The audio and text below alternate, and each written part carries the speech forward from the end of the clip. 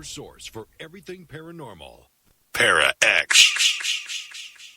The views expressed and the opinions given by the individual host and their guests do not necessarily reflect those of Para X, its affiliates, or its sponsors.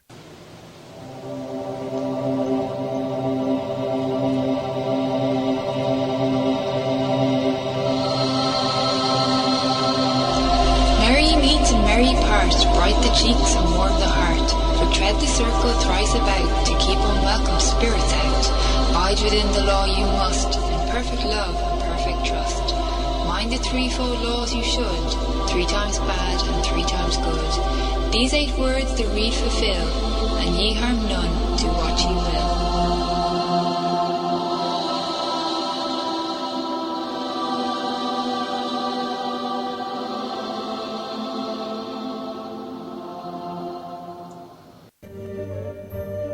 Welcome to Stirring the Cauldron. Now, here's your host, Marla Brooks. Hey, Merry Meet everybody, and welcome to Stirring the Cauldron. So, have you ever wondered about pagans, or perhaps the term pagan itself? Maybe you're pagan curious. Well, I hope you are, because Debra DeAngelo is my guest tonight, and we're going to be talking about her new book, Pagan Curious. Now, she's a garden variety pagan with many eclectic spiritual interests and pursuits. After 26 years as a managing editor in the field of print journalism, she turned her focus to books and freelance writing. And an award-winning, formerly syndicated columnist, she now writes feature stories and book reviews for Sage Women and Witches and Pagans magazine. Now, if you're listening to the show right now, the live show, and you're in the Para X chat room, and you're pagan curious, your questions and comments will be very welcome. And if you're listening live and not in the chat room, and we're piquing your curiosity, you can come over and join us at paraxradionetwork.com. And finally, if you're a podcast listener and curious about our chat room, you can plan to visit us for an upcoming live show any Thursday night at 9 p.m. Eastern. And if you go to my website, marlabrooks.com, and click on the Stirring the Cauldron tab, you can find out about upcoming guests and topics. All right, then. With that out of the way, Debra, welcome to Cauldron Central. Thank you. It's a pleasure to be here. Yes, well, I'm happy you are too, because I had a really good book to read this week. Now, you refer to paganism, as a colorful, diverse garden, and I just got the first question from the chat room, and they want to know if a garden variety pagan is akin to a hedge witch. Well, they're certainly aligned. But really a hedge witch is the nature, the green witch side of the pagan garden. But a garden variety pagan, what I mean by that is back when I was a kid, you'd often see on vegetable cans that things were either grade A fancy or garden variety. And, the grade A fancy stuff is the perfect, exotic, well-mannered stuff. And your garden variety stuff was a little more, chewed around the edges, growing wild and organic in the yard, and not quite so perfect, but, still tasty and healthy. But what I mean by garden variety pagan is I don't really follow a particular tradition. I'm familiar with a lot of traditions and paths, and appreciate a lot of difference in paths and have borrowed from them. But I don't really say, well, I'm a Gardnerian or I'm Druid. I'm just a plain old, in this big pagan garden, I'm just the little wildflower in the corner that didn't get planted anywhere on purpose. No, that's good, and I really can relate to that, because that's me too. You pick the best of a lot of different things. Being eclectic is a good thing. And so, yeah, that makes a whole lot of sense. I used to say eclectic, but I heard a term recently, and I shamelessly stole it, and I like it better. I'm spiritually promiscuous. Oh, back. Oh, I like that one too. Yeah, Yeah. that works really well. All right. I think I'm going to not forget that one either. Can't help it. It was good. All right. So the book is a beginner's guide to nature, magic, and spirituality. So if someone is pagan curious, this is a book for newbie pagans, seasoned pagans, and those of us who just need refresher courses to remind us of things that we knew and maybe forgot or just put aside in the back burner. And, we all need our memories refreshed every so often. So I've got it right that this is a book for just about everybody. I mean, you said it's a beginner's book, but I think that it's more to it than that. I like to think so. I mean, the goal of this book was to sort of be the Walmart greeter to the pagan world for those who just really don't know anything and don't know where to start. They just know they want to find out. They have that drive inside of what is all this stuff and what are these people doing, and I want to know. I want to be part of it, but I don't know where to begin. So there's that. It's this warm, gentle welcome to those who have no experience at all. Mm-hmm. But you're right, because there are things in there that I think are a little bit different, maybe than some other, Witchcraft 101 books. I do spend a lot of time asking the reader to sort of deconstruct what everyone has said about them and what had told them and all the beliefs that you have taken in from other people, and to take a step back and evaluate that and decide if that's valid for you, and to really take a look at, what kind of person are you really? Not what other people say you are, but who are you really deep down inside? Because one of the themes throughout the book is congruence. Mm-hmm. What I mean by that is the goddess sees the real you. So if you've had decades of avoiding who you really are or squelching who you really are, the goddess still knows who you really are. You can't fool her. And to have that pure, honest relationship, I think it's good to look inside and see what things you want to keep and what you want to get rid of, and to really learn and appreciate, what sort of temperament do you have? Do you go through life charging head first, or are you more thoughtful and maybe you're more artistic, maybe you're more analytical?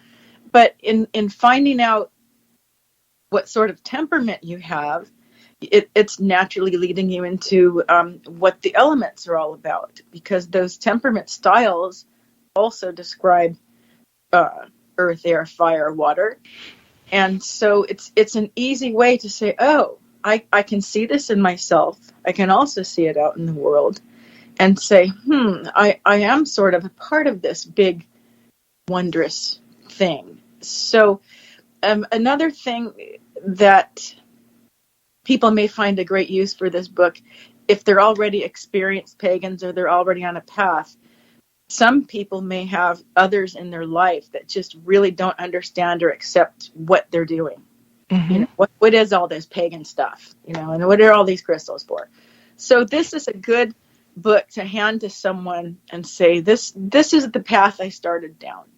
This is the beginner's guide. This is the ABCs and 1, 2, 3s of all of this.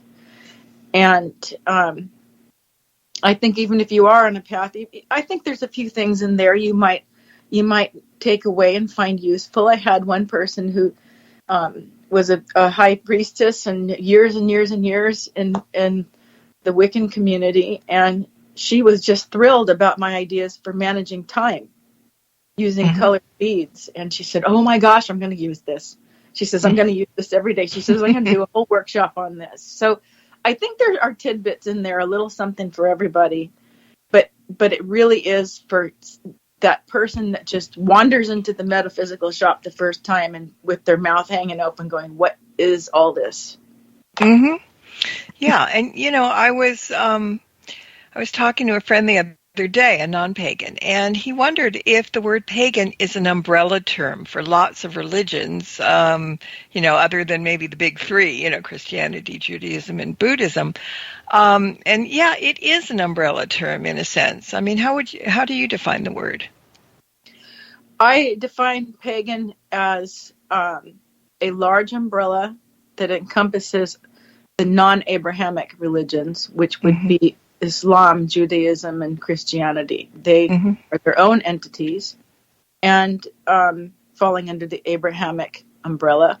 Under the pagan umbrella, you have the things familiar in our community, Wiccans, Druids, Faerie, but you also have traditions that aren't necessarily religion, like ceremonial magicians who are more artists and practitioners. And you also, under the pagan group, technically atheists would fall under the pagan umbrella. And I've heard it said that some Buddhists and Hindus don't really appreciate being under the pagan umbrella, but technically they do fall there because they're because they're non-Abrahamic practices and belief systems. They're sort of by default over in the pagan group, but it's a very big umbrella. It is. I've heard. I mean, I have a friend who is a shaman, Native American, and he considers himself a pagan. So I mean, that umbrella is really, really big, and good that it is. Because I hate labels. And in general, to say, well, I'm Wiccan, I'm this, I'm that, which I'm not. I don't have that label because, like I said, eclectic is good. But people judge you by what you say. If you're a Druid, perhaps, or you're Wiccan, or what any of these things are, people are going to, if they know anything about that particular path, are going to think that that's exactly what you are, and you go by black and white. But I always say that this isn't a black and white world. You have to open your eyes to the gray, because that's where all the possibilities are. That's where the different shades are, for sure. Yeah. All right, so a quick glance at the table of contents seems to cover all bases. I mean, all bases, like sabbats and intuition and creating an altar and introduction to the deities and lots of activities and spells and meditation and affirmation. And I could keep going, but I'm going to stop myself now. But it would probably take the rest of the show to just, explain what's all in the book. But there's so many topics that you could have chosen from. How did you manage to condense all this information that obviously you think is the most important into one book? Because the book should really have about 400 pages in there, but you've got it all down to, it's not a hernia book when you carry it. Well, I would have written 700 pages, but my editor wouldn't let me. You got to pick on those guys, I always write too long, and they say, you got to cut out a third. First you cry. What I thought about in the book was, if someone to walk into a big festival, like out here on the West Coast, we used to have Pantheacon, which is this huge, eclectic pagan festival of just dizzying variety of what was there. And so what I focused on was, if somebody walked into one of these events, what things would they be most likely to come across? Because clearly there's way more, just way, way, way more. But they would see different traditions. They would see figures and hear conversations of various goddesses and gods. And, certain deities tend to be very popular and others not so much. I mean, there's Patricia Monahan's book about goddesses is truly exhaustive. I think it's got every. That's a backbreaker. But you're not going to see everything. For sure, you're going to run across Sekhmet. For sure, you're going to run across Diana. You're just going to see. I just tried to hit all those things that are most highly likely. You're going to see it and wonder what it is. You're probably going to see a ritual, and how do I participate in that? And you're going to see altars, and you should know not to touch them. They're just, I wanted it to be like, okay, I've got this little roadmap. Like when you go to Disneyland and it says, this is here and this is there, and find this, here's where to find that. Sort of like that you could read this book and you could walk into that festival and maybe walk through the hospitality rooms and go, oh, there's a Sisters of Avalon group, and they call themselves Wiccan. Oh, I know what that is. I read about it. I can at least have a conversation. I know enough about it that I can walk into the room and ask pertinent questions. And I just like the idea that someone could feel comfortable and confident going and exploring these things. Because when I first started out, it was just literally like finding my own path on my knees in the fog. I mean, when I discovered, I always knew there was something I needed to find, that I belonged in some community, but I could never find it.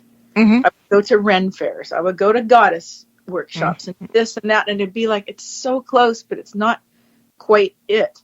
Mm-hmm. So when I finally found it, I found this pagan harvest festival, and it was like, ding, ding, ding. These are the people. This is the spot. And it would have been so nice to have somebody explain things to me, or walk around with me, or tell me things. I just walked around with my mouth hanging open most of the time and walked into a ritual. Okay, I'll just do what they're doing. And, they didn't kick me out. So that was good. But it would just be so nice to not feel so lost and overwhelmed, Yeah, trial and error is good, but it's nice to have some kind of a map pointing you in the direction, and not telling you that's the direction you have to be, but just go there and stick your toe in the water and see if you like anything, and then come back out. Yeah, that's kind of the easiest way. But okay, so we're saying that you're talking about so many things in the book, but the book isn't like scattered all over the place. It's divided into 3 sections. First section is your inner realm, then your outer realm, and then the magical realm. And so how about giving us a quick explanation of each realm? Your inner realm is what I mentioned earlier. It's all about re-examining your opinion of yourself, your view of yourself, your beliefs about yourself, and deciding, do I want to keep these qualities in myself? Are these qualities I chose, or are they qualities other people put on me? Like everyone says I'm crabby. Well, am I crabby? Maybe I'm not. Maybe I don't want to accept that. So your inner realm is getting all of that reevaluated and deciding, it's like pulling everything out of the closet and only putting back what you want to keep. Mm-hmm. And like if somebody's told you your whole life, well, you can't sing, you're not creative. Maybe you can sing, and maybe you are creative, and maybe there are people who have been pinching you off, So we want to clear out all that residue. Mm-hmm. And when we feel confident in our own skin that we're okay just the way we are, and this was actually one of the things I loved about the pagan community when I first discovered it, is there were people of all shapes and sizes and ages and pretty and not pretty, and it's like everybody was accepted. Mm-hmm. It's like it didn't matter that you weren't a beauty queen. It didn't matter that you were a size 2. It's like everybody's accepted in their own body. And so I really wanted to convey that idea that, you could be a size 20 and put on that belly dance outfit and go out by the fire, dance your little heart out, and everyone's going to clap for you instead of tell you, horrible, horrible things. So your inner realm is getting really solid. And the other value in getting solid in your inner realm is, if you don't really know what it is you want from life and what you're interested in and what are your qualities and strengths, you have no template to go out and look in that pagan community and find the thing that suits you. If you're emotionally shut down from all the horrible things you've absorbed over the course of your life, you're going to walk into that festival or that group of people still emotionally shut down. So why not clear all that out first? And then when you're feeling good about yourself in your own inner realm, then we go into the outer realm. So the outer realm encompasses all of the things you can see, from the things in your garden to the things in your environment to the sun and the stars. It's all the things that exist in a physical way. Animals and rocks and water, all those things are outside you and physical. In the magical realm, these are metaphysical things. They don't necessarily exist where you can see it. You can't like say a magical intention and then see the words and grab it out of the air. It's an energy that moves forward. So it's more energy based. The things you can't really see, touch, taste, smell, but they're there. And that's sort of the heart of magical work, is connecting with that, believing in it, working with it, having patience and waiting for it to manifest, and all the ways you go about doing that, and I talk about how to do that if you're in a group, and how to do that if you're by yourself, because the reality is, it would be super awesome if I had a coven, or there was a coven that I could go to, but where I live, not a chance. I like to tell people I am the pagan community in my town. There's no group here.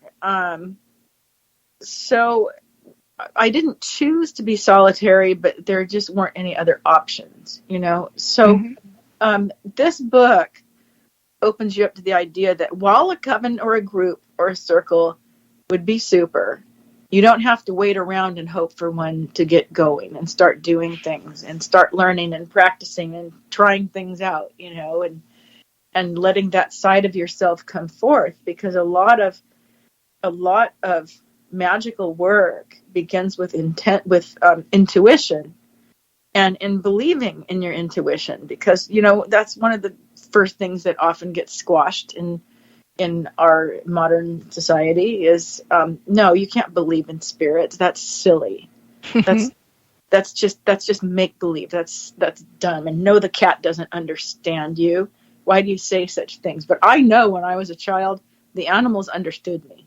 I absolutely know this, even though everyone said, "Oh, you just want to be Dr. Doolittle," and I thought, well, that works too. I've always envied him. I'll go with that. Mm-hmm. So that's the magical realm. What's the things that don't physically exist around you, but they do exist.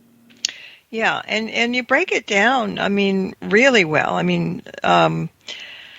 But the first thing that came across to me dealt in the inner realm is the getting to know ourselves. And you talk about that in our own DNA, there's a spiritual connection to the natural world. Did we lose that somewhere along the lines? It is important, but, did people way back when, were they able to know themselves better than we are now? I don't know that they knew themselves better, but the connection to nature was definitely stronger. If you go way back, to Paleolithic times, prehistoric times, pre-written language times, survival necessitated an understanding of the environment, an understanding of the change of seasons, an understanding of where the stars were, an understanding of I can tell when winter's coming because I know how many moons have come and gone. So their world was infused with nature and with being in rhythm with nature, with knowing this plant will make me sick, but this plant here will make me feel better, and this plant over here will get me buzzed. So, they needed to know all these things. There was no internet, there was no library, but the tradition would get passed and passed from generation to generation.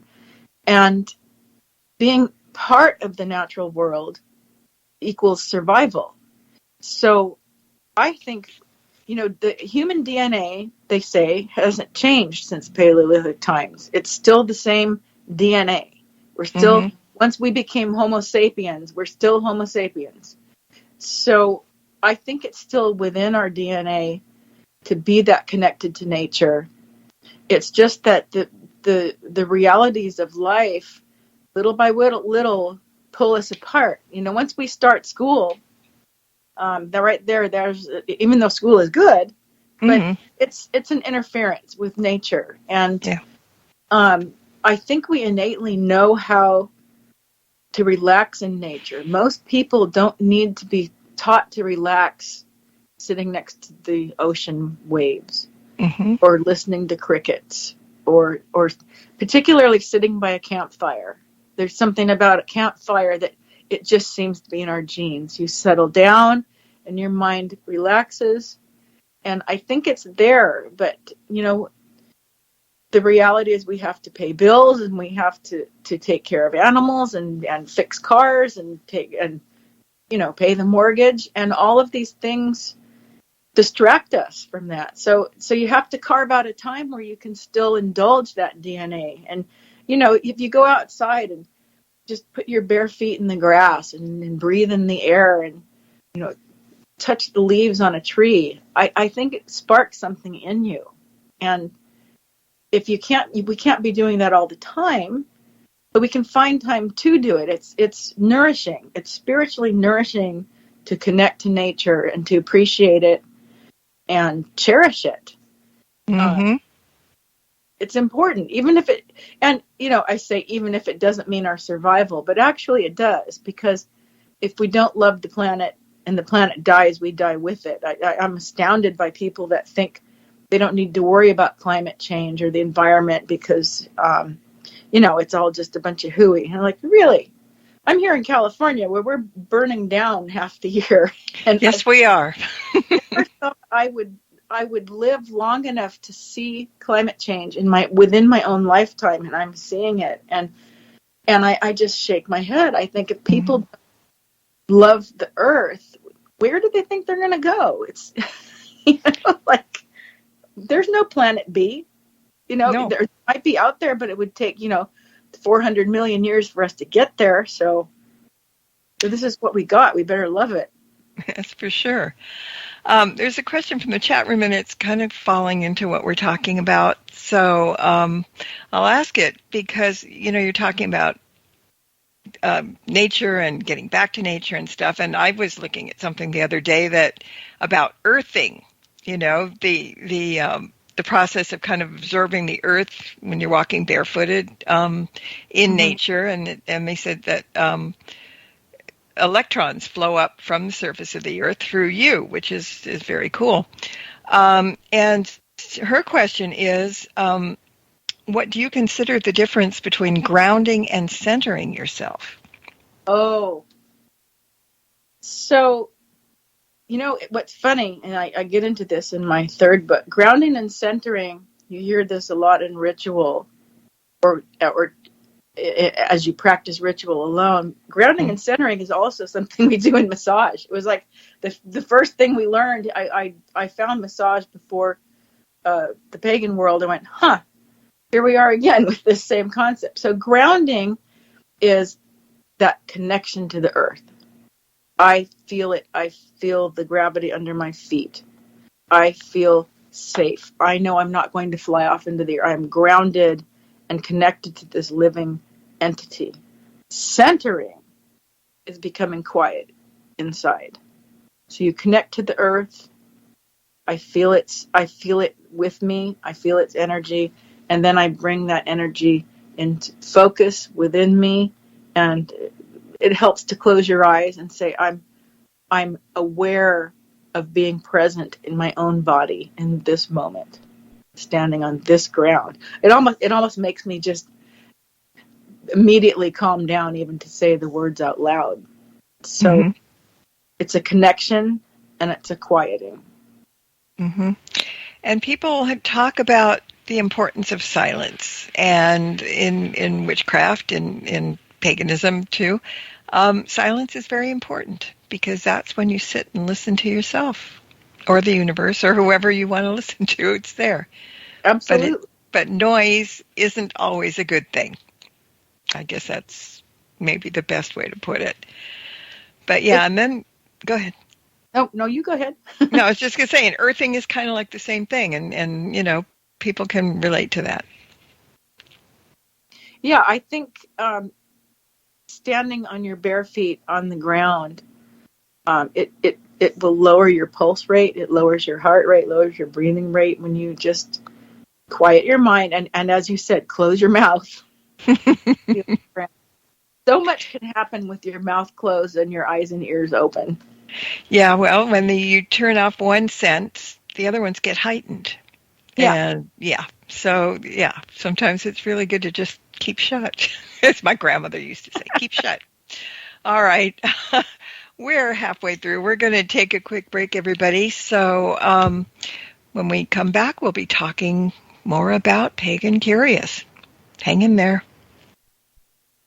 Cauldron will be right back, so don't go away. If you end up with webbed feet, remember, you've been warned.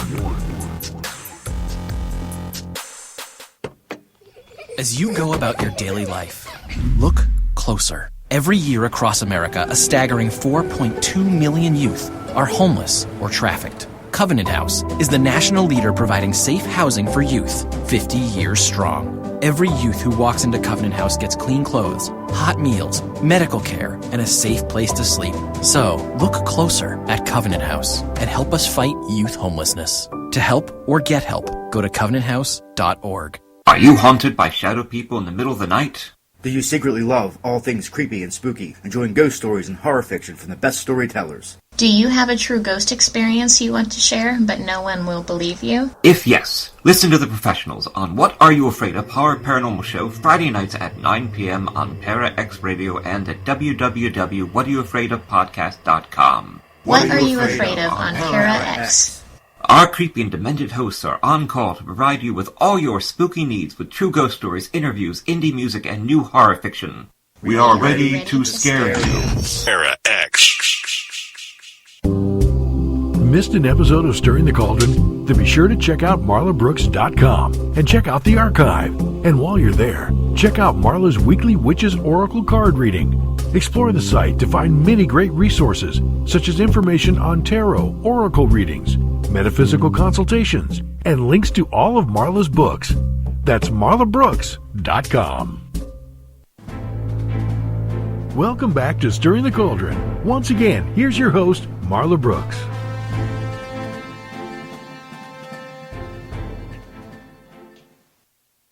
And my guest tonight is Debra DeAngelo, and we're talking about Pagan Curious. Now, before the break, we were talking about the three realms, and you write in the book that, and I'm going to be jumping around a bit here, in the second realm, which is the outer realm, you had an exercise that I was really happy to take. It was a 20-question quiz on finding your core element. And I immediately grabbed a pen and paper. I said, I'm not going to read anything else until I do this thing. And I really wish we had time to do it on the air, because it's really good. Because the result was that my core element is water, followed by a little bit of air to go around it. And exactly. It nailed me. Maybe it's because awesome. I told the truth, you know. Some people, I mean, have you ever had people, or have you ever taken a quiz when there's a question that you lie on for no reason, but you just makes you sound better or bitter or whatever. So, you know, you be honest with this, but that's a really good quiz. And I mean, there's so many other things in the book as well. Talk about some of the exercises, some of the goodies that people really like to do. Well, there are, one of my favorite things in the book is the Gaia meditation, and that becoming quiet and still and focusing and detecting her heartbeat, detecting her breath, and having the experience when you're deep inside yourself of recognizing, I'm really not alone. I've felt this my whole life. Even when I'm all alone, there's something else, and I can feel it, and I know it's there. And so, if you've not had that experience, I think it's a beautiful experience. That to me is the goddess. It is the universe. It's that connection to something larger than me. I also, in particular, love the time management exercise. Using colored stones or rocks and moving them from put them all in one jar on one side and the empty one on the other, and move the stones all day long. It's like all day long. Oh, I did a little exercise. I can move that stone. Oh, I did some writing. I can move that stone. Because I am easily distracted by the evil squirrel of distraction. He just gets the bushy tail and zoop, I'm off. And I'll say, I'm going to clean the bathroom. Oh, look, I found this brush I was looking for. A brush. Oh, I really needed to brush the cat. I'm going to go brush the cat. Wait a minute. I see socks over here. I wonder where that sock was. So this is how the whole day goes. And then the day, it's like, I don't know if you're old enough to remember the family circus. Yep. But the little boy used to track all the way through the neighborhood just to get next door. Mm-hmm. I remember Days that, can feel like that. So managing time is important, because as we were just talking about, if in modern life, if you don't make time to connect to nature, it won't happen. Weeks will roll by, months will roll by. And in using this little system, if my green rock is, I need to get out and just sit and breathe in the air for a while. If it's still sitting there at the end of the day, that makes me kind of sad. And so it created a visual way for me to easily manage my time from day to day. It's so easy, because I know a lot of people will make lists, or they'll have little challenges. And for me, that just never worked. I could make a list, and then I would just put the list on a shelf and forget about it. But my little colored stones, there they are right in front of my computer. They're hard to avoid. And if I get to the end of the day, and in particular, staying on task with writing was a big one with me, to get my butt in the chair and stay there. So I look at it and say, But it's the strangest thing. When you get most or all of the stones into the other cup, it's really satisfying.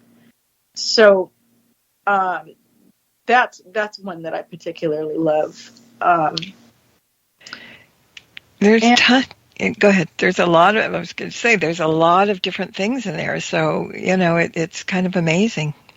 Well, I want it to be an experience reading the book. I tell people it's like, if you don't do the activities, it's like going to an amusement park and watching people on the roller coaster. If you want to get the wee, you got to get on the roller coaster. You can't just watch.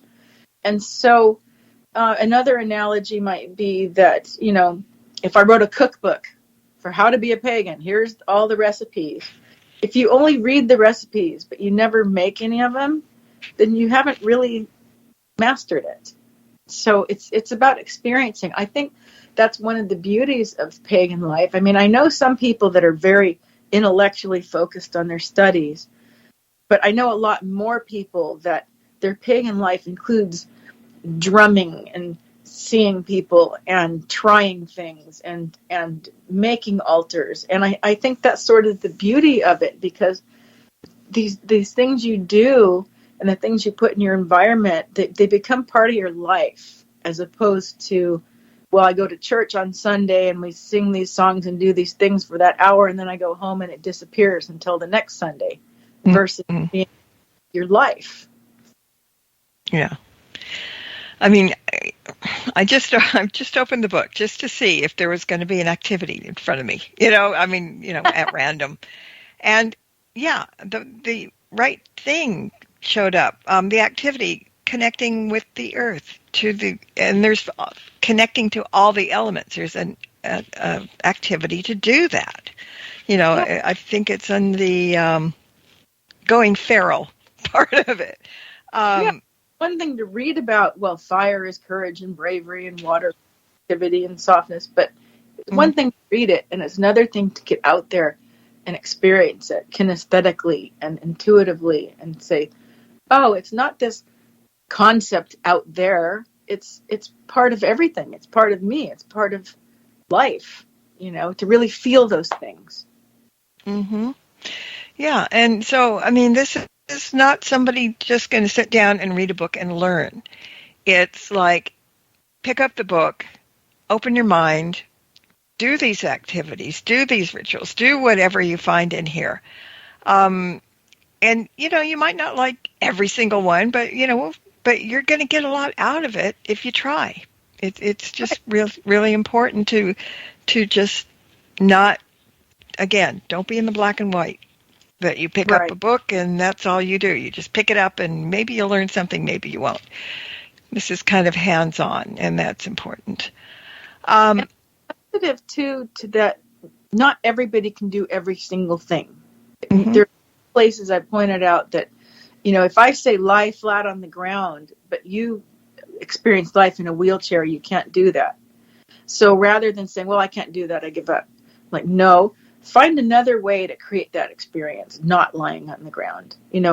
Find a way to include yourself. And, I know myself, I'm 62. Getting down on my knees isn't going to happen for me. I have to get up now, back end first. So, sitting on my knees isn't going to work, but I can sit in a chair. So I was very conscious of wanting to be all-inclusive to everyone. That if this activity doesn't work for you, there's a way to change it. If you live in the inner city and there isn't a wild space for 10 miles around, you can create your own little wild space. You can make a terrarium. In the 70s, terrariums were like all the rage. Yep. You hear them so much now, but you make your own little magical world right there. Well, you've made nature and like you're the goddess of this little garden. I think that's also one of my favorite exercises is creating your own plant life and bringing plant into your house and into your life. Mm-hmm. Well, I was really interested in the plant spirit and the animal spirit sections because I think, most of us that we lean towards those things. Mm-hmm. And it goes under the realm which falls under the biocongruence and the cosmocongruence chapter. So, I think you kind of touched on it before, but for somebody that might not be familiar with those terms, you want to give them a quick explanation? Okay. So, dialing back to the idea of really figuring out who you are, what you like, what you're good at, what you're interested in. You need to know who you are in order to be congruent with the natural world. If you have no clue who you are, you're masquerading through life as others have told you to be, how you have nothing, you have no way to be congruent with that. It's going to be just static. So in order to be congruent with everything around you, you need to be at home in your own skin and really feel part of this naturalness, part of this natural world. The cosmocongruence is that recognition of, oh, I'm not alone. There's something much larger than me. There is this vast, immeasurable sea of dark energy, dark matter, planets, asteroids.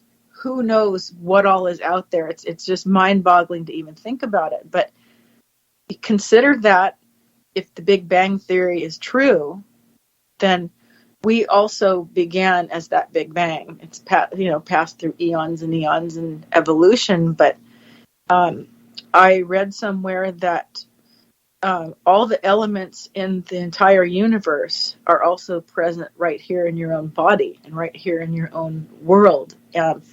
There are no new things. It's all many, many things that shattered apart from one thing. And I think it's, we can't all have like degrees in quantum mechanics and astronomy, but there's something really magical about opening yourself up and saying, the movement of the stars, the movement of the planets, I'm part of this. And sometimes we forget that, we look up at the sky and it's like this big dome over us. And we forget that, no, we're this little ball floating out amongst it from somebody else's planet across the galaxy. We're in a constellation that they have some other name for. There's the Great Blue Heron. Well, the Great Blue Heron has our sun and little tiny Earth down there.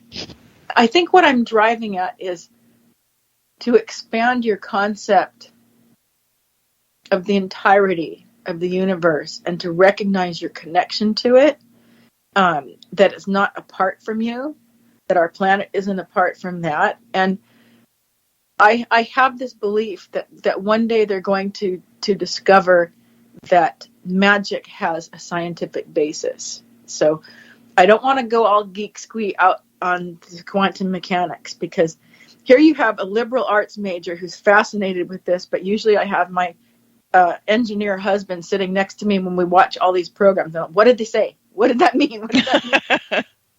Tell me what's going on. But it's so fascinating. One thing I do mention in the book, and I believe it's in the cosmocongruent section, but the observer effect, that they've proven this in a laboratory, that if you take, at the subatomic levels, you take particles and shoot them at an opening, and the particles behave as particles, and they go through the opening if there's no one in the lab observing them. You put in an observer, and the particles behave as waves and separate and go two different directions. And they call this the observer effect.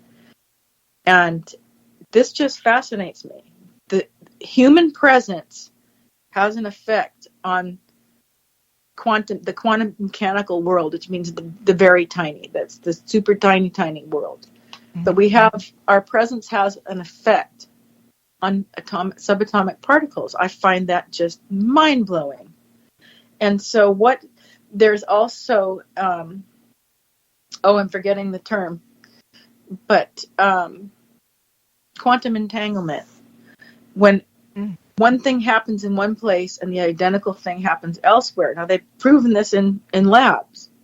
So I began to think, well, what if my thought, my intention, my manifestation, when I do a magical spell, sends out that message to the universe and produces that somewhere else? I just think somewhere many, many centuries from now, they're going to figure out that, yes, our intention can have an effect. If our presence can have an effect on particles, imagine what our actual will could have on whatever moves the dark energy and dark matter. And the other thing to think about when you think about dark energy and dark matter, it's here with us too. It's not just that thing out there. It's all around, Yeah. I think we just forget that we're not sitting in a theater looking at a big screen out there. We're in it. We're part of it. There's just nothing more magical to me than that whole field. I wish I had found it in college rather than psychology. But you found it. That's the important part. I found it, yeah. I have to say that, again, the activities throughout the book are really fun to do and interesting as well. And what was even more interesting to me was that the activities for the animals and plants are things that I'm already doing on a regular basis. That's awesome. So, yeah, there was my validation right there, So, you can find all kinds of bits and pieces reading this book that really relate to you.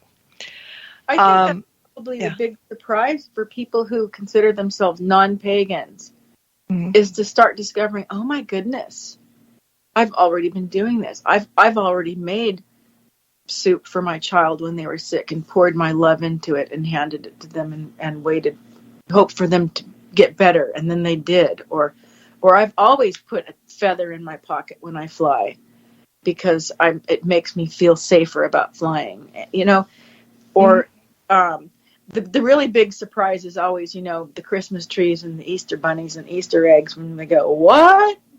That's pagan? Uh-oh. There's no Easter bunny in the Bible? Uh-oh.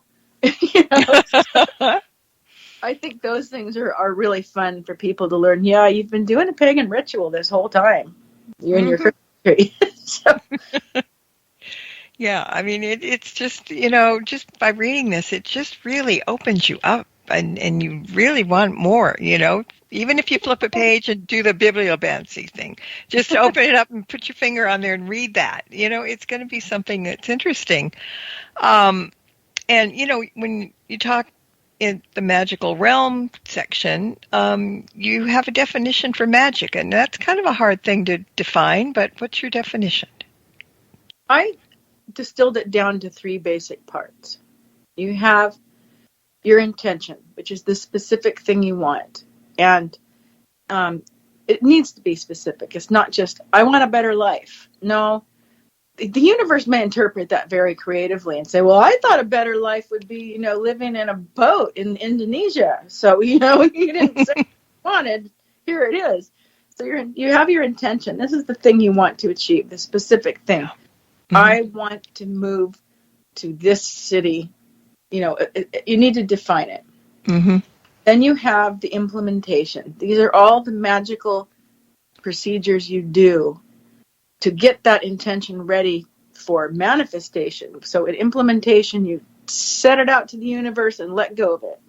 And the manifestation is that universe responding and bringing that back to you. Mm-hmm. But the problem is a lot of people that don't believe in magic, they get really narrowly defined about it and expect,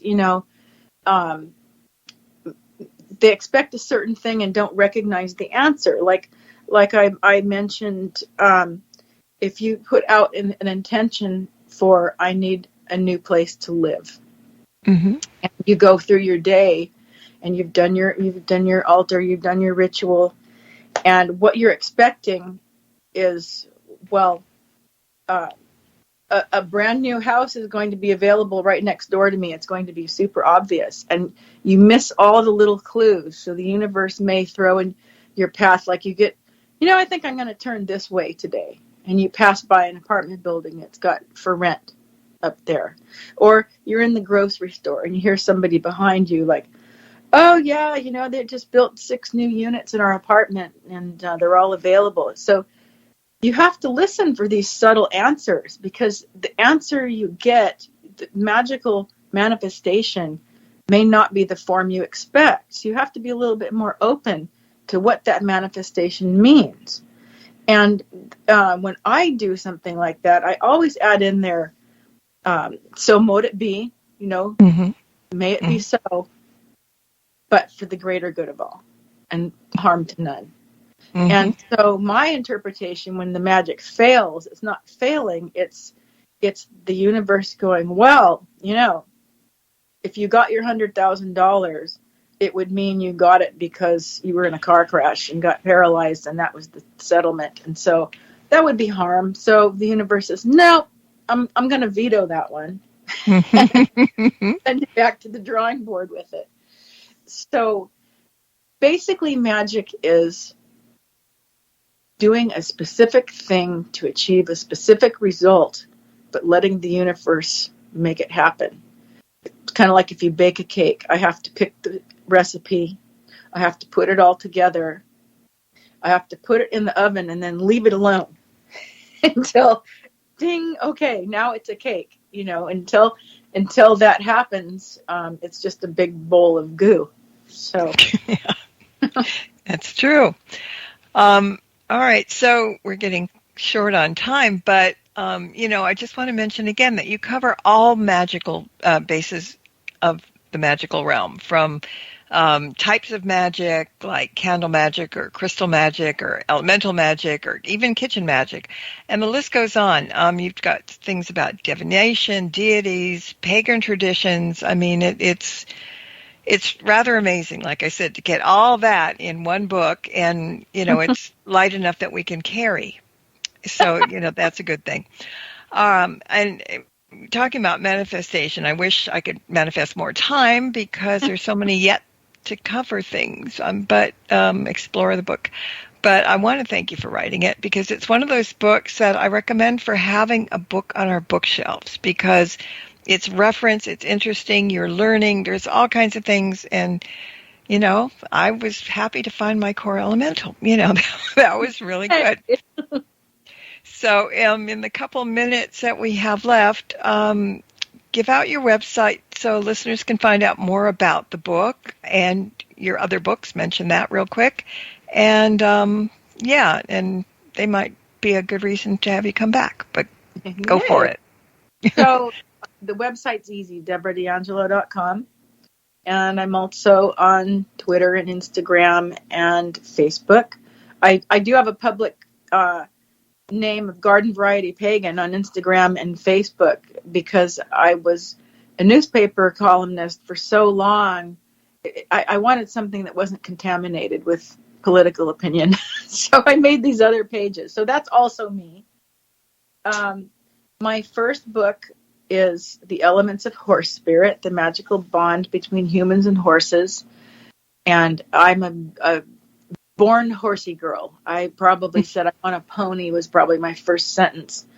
And horses, the real ones and the magical spirit animals, can transform your life. And horses are amazing. They transformed human culture, and what they did for humanity, they can do for you personally.